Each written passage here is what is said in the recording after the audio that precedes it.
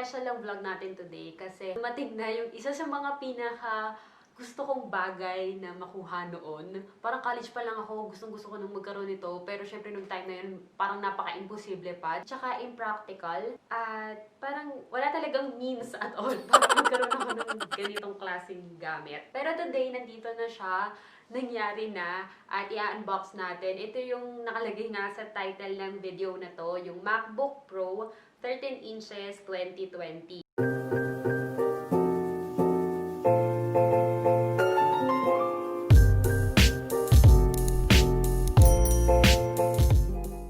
Kahapon to dumating. In-order ko lang siya online. Doon na ako directly bumili sa Apple Store Singapore. So, lahat online. So, anyway, ito na nga siya.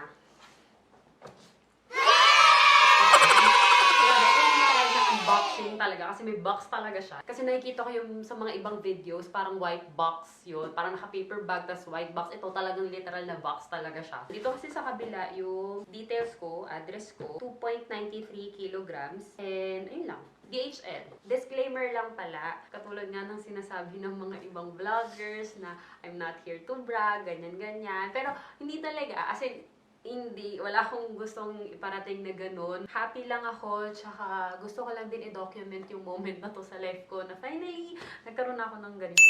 Okay, so, proceed na tayo sa unboxing kasi yun lang naman talaga ang hinahantay nyo, diba? So, let's go.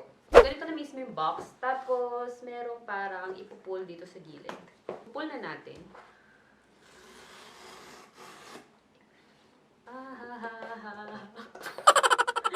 Natutuwa ako. Ito yung sinasabi ko sa inyo, yung white na box. Ito talaga yung box niya. So, siguro kung sa store ko siya binili, wala na akong ganitong box. Ito na agad yung makikita ko. Kunin na natin siya.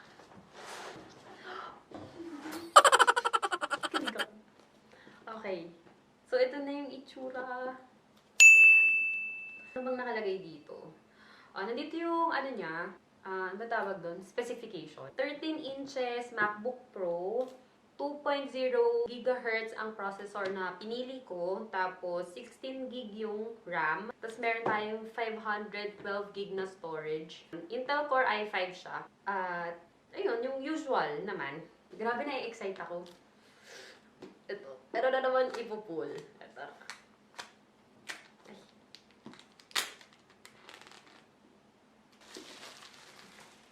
Patungan natin dito para makita nyo.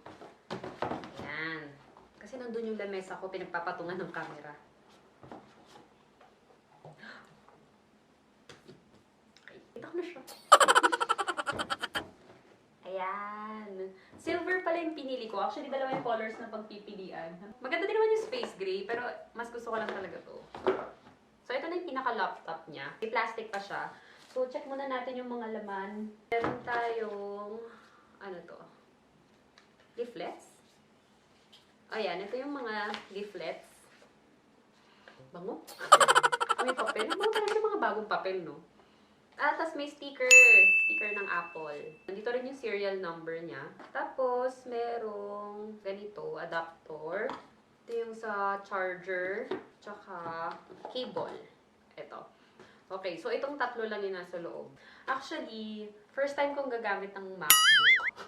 Kasi yung dati kong laptop, ito, Toshiba.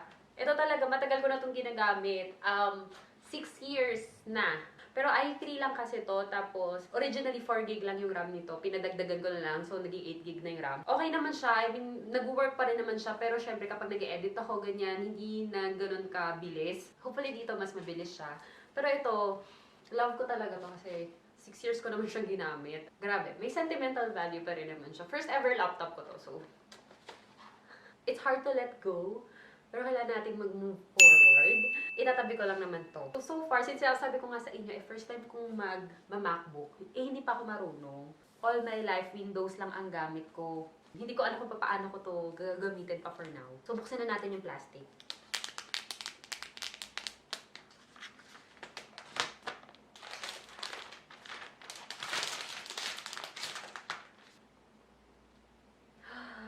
Ay, nagbukas siya. Okay, so nagbukas siya. Ano yun? May sensor. Ayan, nagbubukas na siya ngayon. Ang liit niya. So, sige, i-set up natin. Kita nyo ba? Sana nakikita nyo? English. To use English as the main language, press the Hala. Teka nga. Okay, nagbabalik tayo guys. Lumipat lang ako ng pwesto. Parang, dapat pala dito na lang ako nag-unboxing, no? Mas maayos pa. Okay, so, isi-set up na natin siya. Nakakaloka, hindi ko alam kung paano. Hala, hindi ako makaklik. Dalawa ba? Ano ba yun? Napapahiya na ako. Ay, shucks, may button. May button pala siya dito. Huwag niyo akong tatawanan na. Hindi talaga ako marunong. Sabi ko naman sa inyo, first time nga, di ba? Sige, Singapore na lang.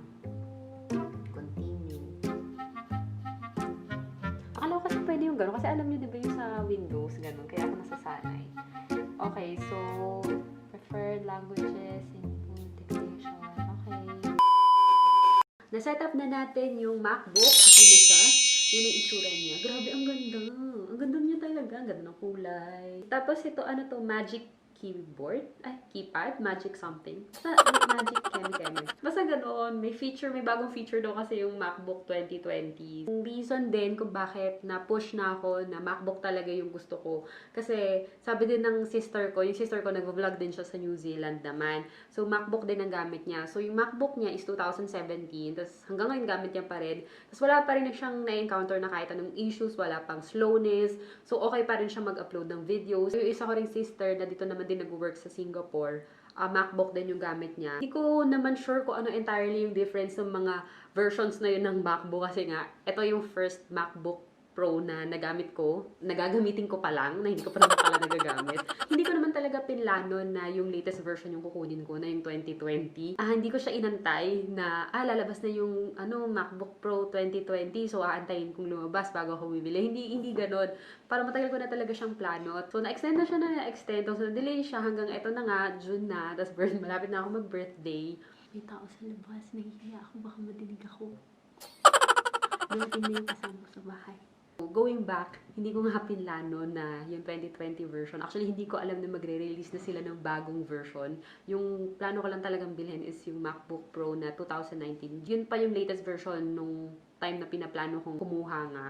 Nung nag-check ako last week nitong MacBook, nakita ko na parang iba na. Parang hindi na siya yung 2019. Tapos meron na palang 2020. So, lumabas lang tong MacBook Pro na 13 inches, 2020, last month.